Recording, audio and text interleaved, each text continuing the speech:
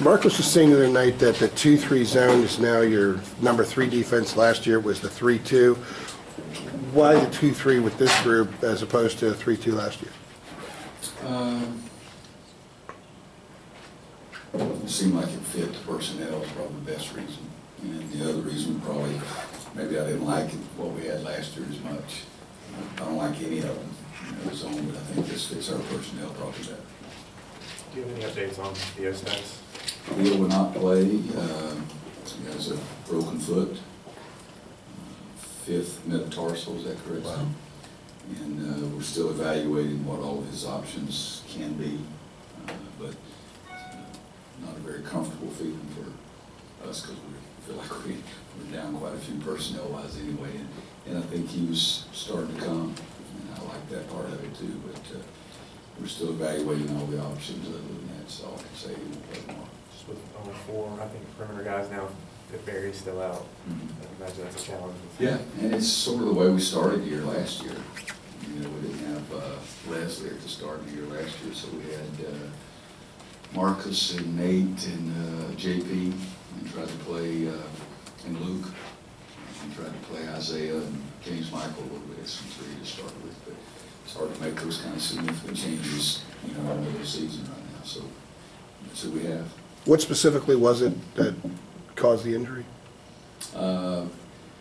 During the play in the weight game, it looked like on tape that Joel was standing on his right foot, and he placed his left foot and probably put a little more pressure on it at that time and just took the step.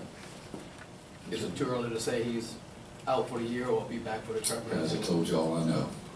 We're evaluating all the options. If I had any more information, I would give it to you, but we don't have any more information. What about Joel? His recovery with groin injury? He's not going to play tomorrow either. He's not practicing yet. He's not practicing or playing tomorrow or Monday. And then I think the middle of next week they'll evaluate him at that time and see, but he's still a ways away. Not close. What has practice just been like with all these guys banged up and hurt and out? Most bizarre I've ever had.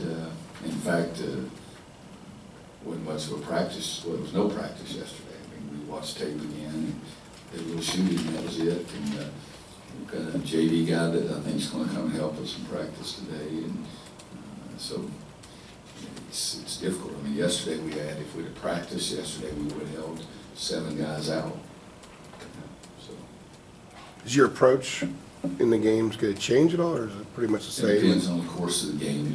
It's not going to change initially, but it had to change the other night because of foul trouble. We don't have personnel to do some things, so in the past I didn't really get that concerned about foul trouble. We just put somebody else in the game. Does that change your prep now because you have to prepare for just in case scenarios? Well, we did that anyway. I mean, we didn't. More so? The other night, the 2-3 zone's not the first time we've ever played it. We've been practicing it like crazy just in case, so it won't change that part.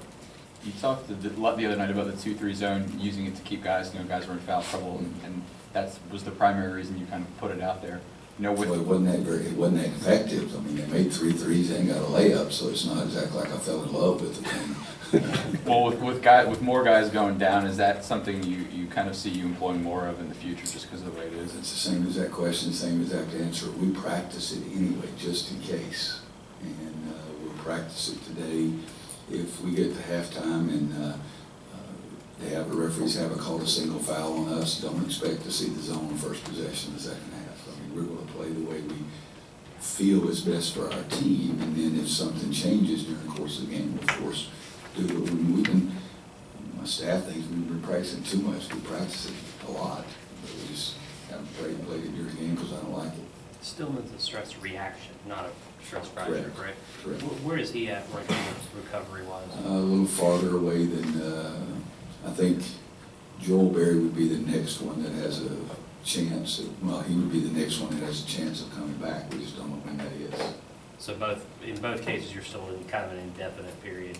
Mm-hmm. Okay. I think indefinite with the exception of that he's not playing tomorrow, he's not playing Monday, right. And we'll reevaluate next week. Do you have the name of the JV guy that might be helping out?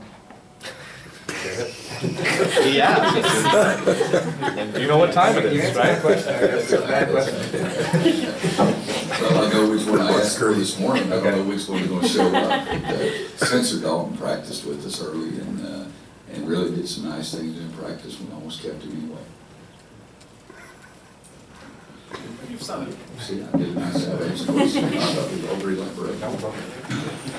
you've sounded kind of bummed out after some games with the way the teams played. When you go back and look at the games out of tape or film, do you feel any better or worse after seeing some of those? Oh, wow.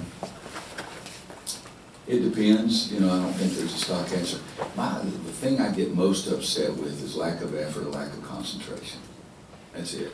I mean, if we're going to bust our tail and not make silly mistakes, I'm pretty happy.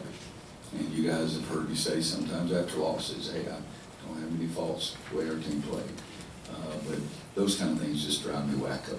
Somebody asked, I guess it was Barry, about the changes in me as a coach over 27 years as a head coach. That one has not changed. I still get furious over lack of effort and lack of concentration. So if the reason I'm disappointed is that, you know, I'm pretty sure about that. It's not going to look different on the tape.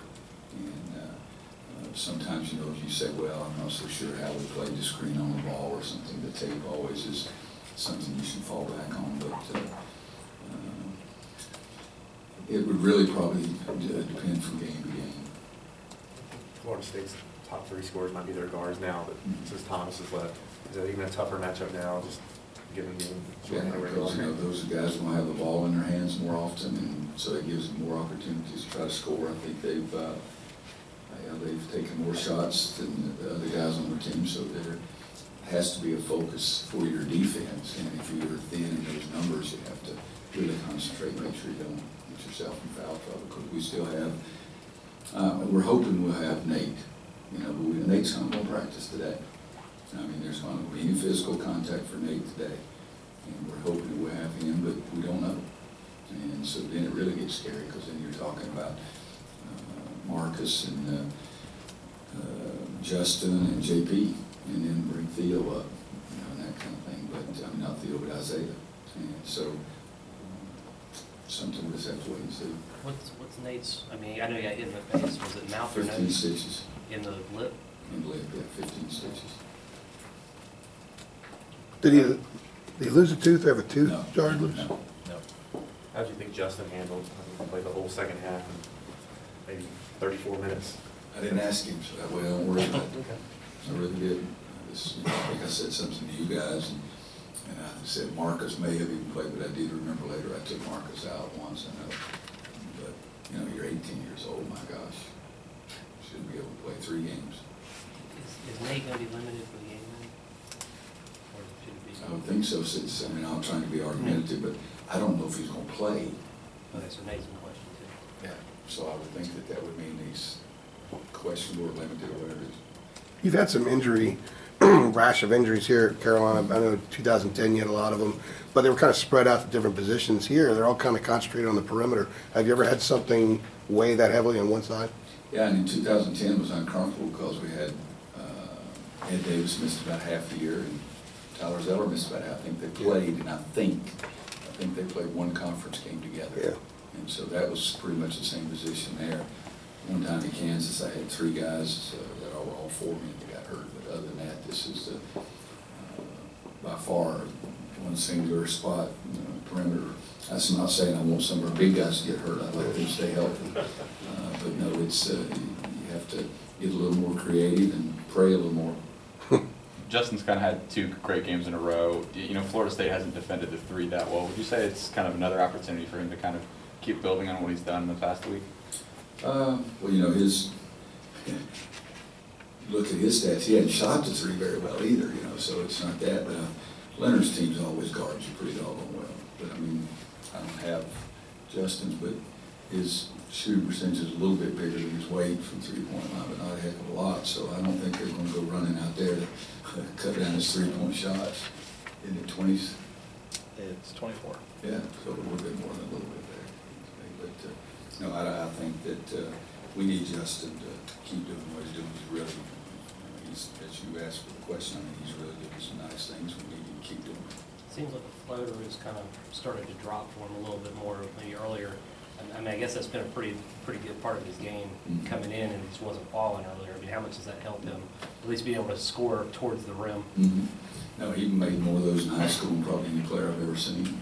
And because I really don't like the shot a lot, because I don't see a lot of guys make them, but he made more of them than anybody else I've ever seen. But earlier, almost nothing was going in for him, because you've heard me say 10 times that I think he's really going to be a good shooter and a good scorer for us. And we need him to stay healthy so he can play 34 minutes and make more shots.